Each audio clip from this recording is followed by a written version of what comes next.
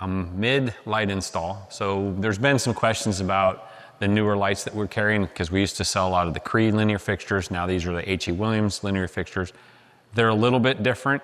The way, not just the way they install, the length of them, the suspended cables are slightly different. So we've had videos on those. So I think what we should do is kind of show people how I'm installing them. There's some subtle differences. You could make an argument for using their splice plate, which goes between the lights. I'm doing it slightly differently, but either way will work. So I'll just show you the process of how I'm doing it, and maybe that'll help if you're installing them in your garage or suspending them somewhere. At least you'll know how it works. So here's the cable that suspends the fixture. And then you have some other hardware in here for different types of installation. Okay, so as I mentioned, there's two different ways. This can go through here like this. This could go through that, and you can put a nut on there, and it kind of trims it out. But I'm not doing it that way because we're suspending it from, what I'm doing is creating a loop up top and running a screw through the loop with a washer on it and basically screwing the wire to the steel pan decking. So I am eliminating this piece here, I don't need it. So this comes off like that.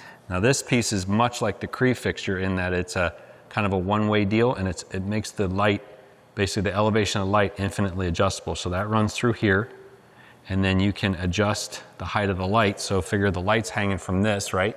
You can adjust up or down by releasing this, and this slides back down again. So then this red nut is what I'm using to alert somebody that if they're looking in the fixture and they're thinking about taking that nut off, don't do that, because that's holding the fixture up. So I'm using the red nuts. All right, so remember how I was talking, you can sight down, you can see all the wires hanging from the side of the same side of the high rib here. So that's, like I said, that's my little cheat. So I come over here, this is the rib I'm going onto. There's the laser line. So what I'm gonna do is I use a pilot screw. These are self-drillers. Run this in, and then I get my larger screw. Okay, and I grab my cable, like so.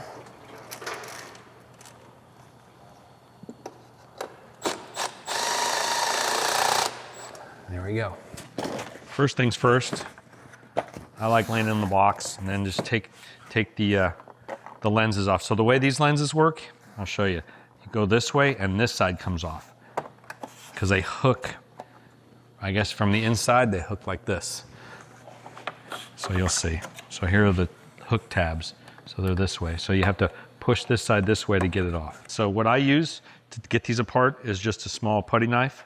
So you go right here, you can see the tab right there. Can you see that? What? So there's the tab. So you just slide your knife in there. I think a screwdriver is a little too fat and it'll dent it. So it's like that. So the next thing I want to do, now this is the end. I'm going to terminate here. So this end I'm not going to take the KO out, but the knockout's coming out over here because this is where it connects to the other light. Okay. And then I can show you now where the actual wire hangers mount. So they go right here. And there's one, same spot on the other end. They're a half an inch in from the end of the fixture. So they're right there. This is for this process. Now, obviously, if you're surface mounting them, you really need a second person if you're surface mounting them to the ceiling. If you're hanging them from wire, like I'm doing, you can do this by yourself. So here's what I do. I set the other end on the ladder, like so, all right? And then, remember how I told you this goes in the end of the fixture? And this thread in this hole. And use our red nut. So I bring this up, get a wire through here, and then I guesstimate it's probably about there. Okay? Then I come over to this side. Now this is where I'll show you, there's two ways to join these together.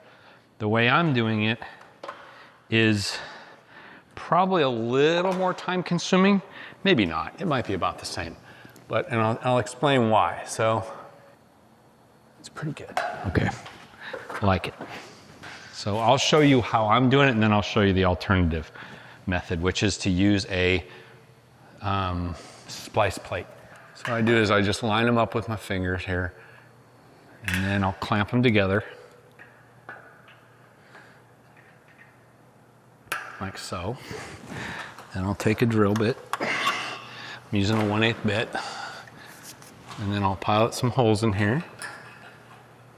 See, right about there.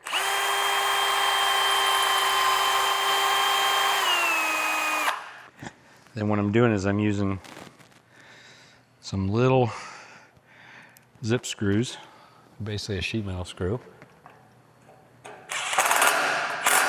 screwing the fixtures together.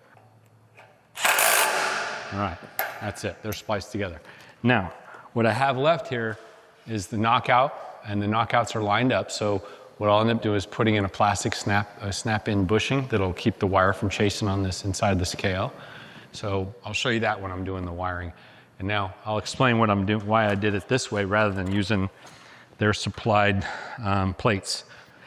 The way these work is this fits up in between. So you end up taking these end plates off. You take these 4 screws off.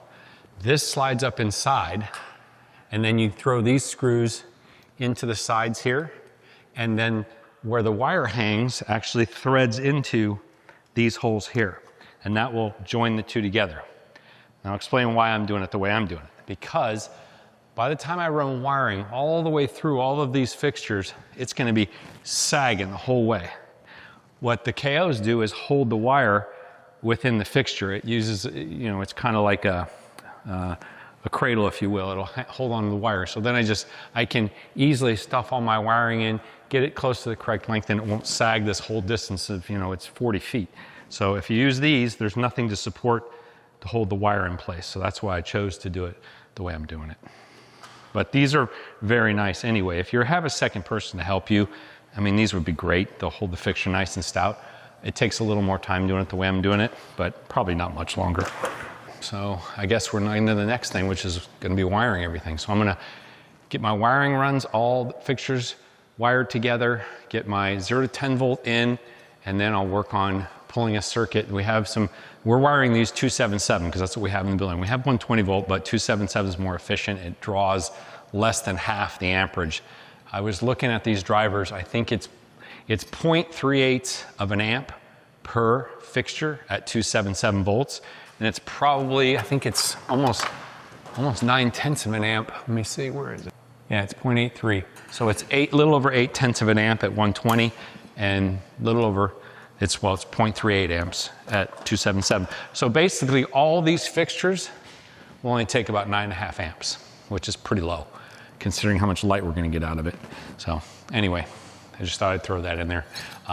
Yeah, they work on anything from, I think, 100 volts up to 277. So what we have, here's our 0 to 10, and this is our hots, hot and neutral, and our ground. So I'm gonna grab these 3, which is what we need. I already took the liberty of stripping them. So they do come from the factory with the push connect for the hot and neutral. So our orange wire is going in the black, which is our hot. And then our gray wire is going into our white, which is our neutral. I think I've mentioned before, but these fixtures are good to 120 volts or 277. All right, now we have our ground.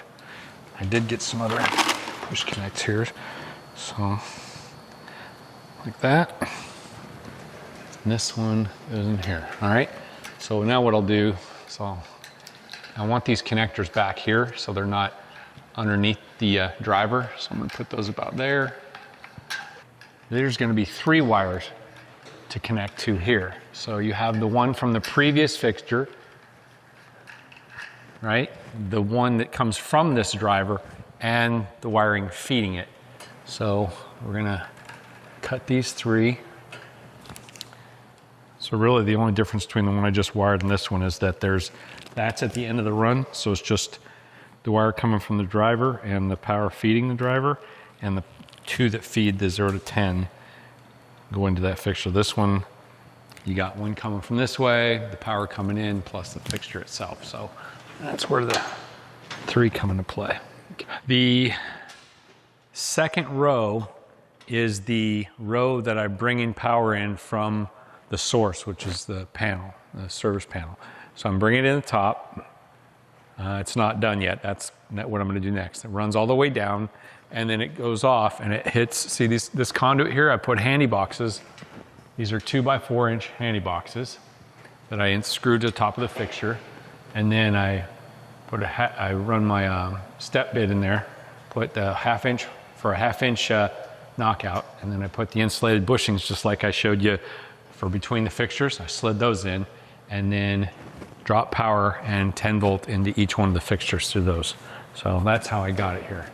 So I'll just run the same all the way to here, and then the slack will come up and it'll be right. You can either make the junction in the box or in the fixture itself with through wire to wire with the source to the fixture. So I'm going to do that next, get finished, and then what I'll start doing is hanging, and I can show you that. I'll start putting the other half of the fixture together, the actual LED and the lens.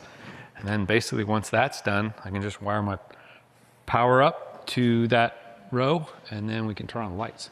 So what I'm doing is taking this, I'm plugging this plug connects these two halves together. But this is the primary side, at least I'm calling it the primary side. So this comes out of the driver and plugs into here. And then what I like to do, as you can just see what came out of my hand here, is this came unplugged. So what you have to do is make sure that when you do this, all these stab lock or push connect fittings are actually fully seated. I always double check them because you just never know, you know. It's a production environment, so they just, you know, stab and go. They don't always check them thoroughly, so it's a good habit to do it. All right, so then there's that. There we go. Now that's done. Now you can snap the lenses in. Pretty self-explanatory, but let's just show it. Okay, so these hook this direction. So this little piece hooks into here. So what I do is hook it from this side and then kind of pull it over and beyond into this side here. So, I mean, it's not rocket science, but it's a little bit of finesse. There we go. So I think the next thing to do is turn it on and see what it looks like.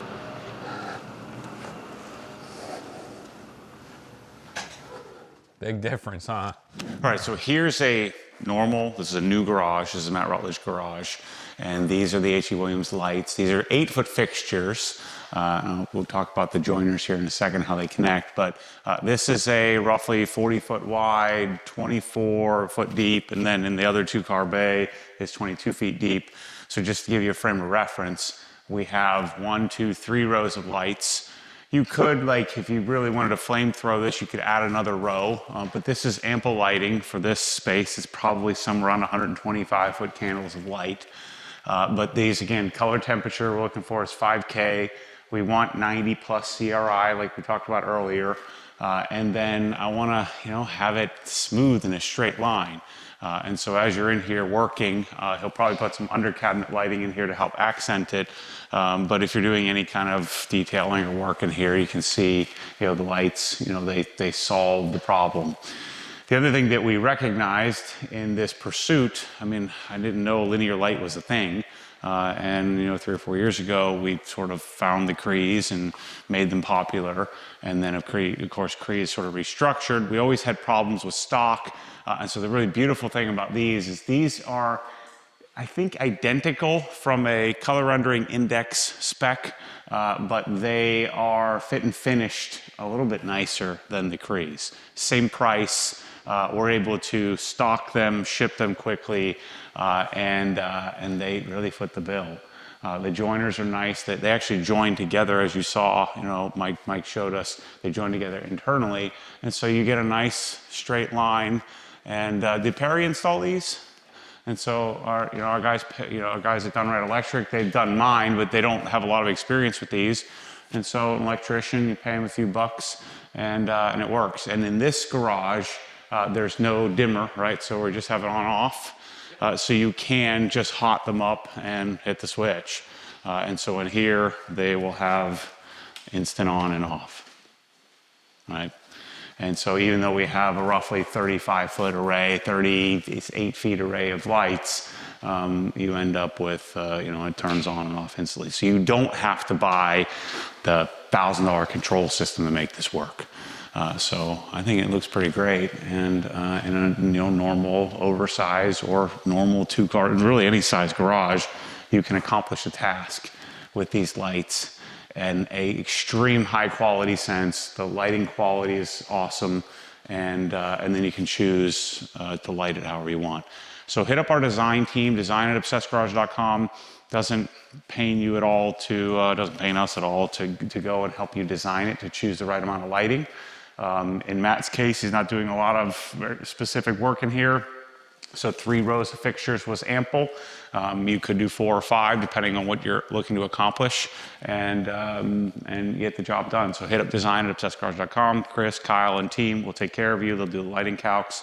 Or, if you already know what you want, just go to obsessedgarage.com with the links in the description, and we'll try to make it as clear as possible, so that way you can go and just buy it. I know I don't want to deal with design. I just want to go buy the darn thing, so you can go to the website and get it.